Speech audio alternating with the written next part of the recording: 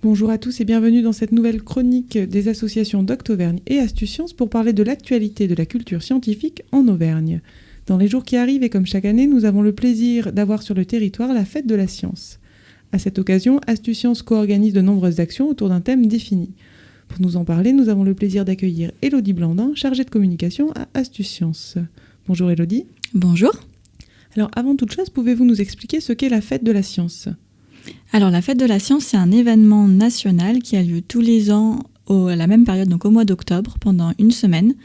Et donc c'est un événement qui a vocation en fait à faire sortir la science, on va dire, des laboratoires. Et donc soit on ouvre les portes des laboratoires et on invite le public à aller visiter ces labos, soit du côté d'Astucience, on a plutôt choisi le parti pris d'essayer d'amener la science là où se trouve le citoyen, donc sur des places publiques, dans des lieux culturels, etc., etc. Alors, avant de nous dévoiler le programme, il me semble que Astucience a choisi un thème cette année. Quel est-il ? Oui, alors comme chaque année depuis 3 ans, on thématise un peu nos actions. Donc cette année, on a choisi la thématique du son, qui permet en fait d'aborder un large spectre de thématiques scientifiques, en passant de la physique, par la physique, les mathématiques.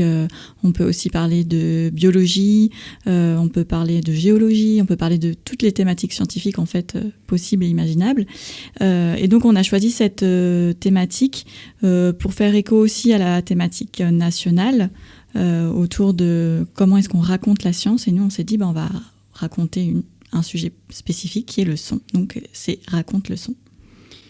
Et donc, quelles vont être les actions phares du programme cette année ? Alors, comme je le disais tout à l'heure dans l'introduction, en fait, on essaye d'aller là où se trouvent les gens. Donc, on a plusieurs lieux où vont se dérouler un certain nombre d'actions. Donc, on va être présent dans 3 médiathèques, la médiathèque de Riom, la médiathèque de Cournon d'Auvergne et la médiathèque de Blanza. Donc là, ce sont des animations qui sont proposées à la fois par des animateurs scientifiques et des chercheurs qui sont proposés. Donc, par exemple, on va avoir, si je cite un seul exemple, des chercheurs en neurosciences qui vont être présents pour parler un petit peu des illusions sonores. Donc ça, ce sera dans une des médiathèques que j'ai citées. On sera également présent sur les marchés, donc les marchés de Riom et d'Aubière, donc le 5 octobre et le 13 octobre.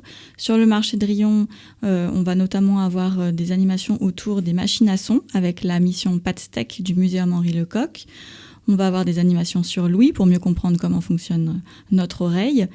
Et puis, on aura aussi des siestes sonores sur ces 2 marchés pour passer avec Radio Campus et le Pôle 22 bis pour passer un petit moment de détente à l'écoute de sons divers et variés. Et puis, on sera également présent à la Baie des Singes avec différentes actions également, des spectacles, puisque c'est aussi l'occasion de mettre un peu en avant la création musicale locale.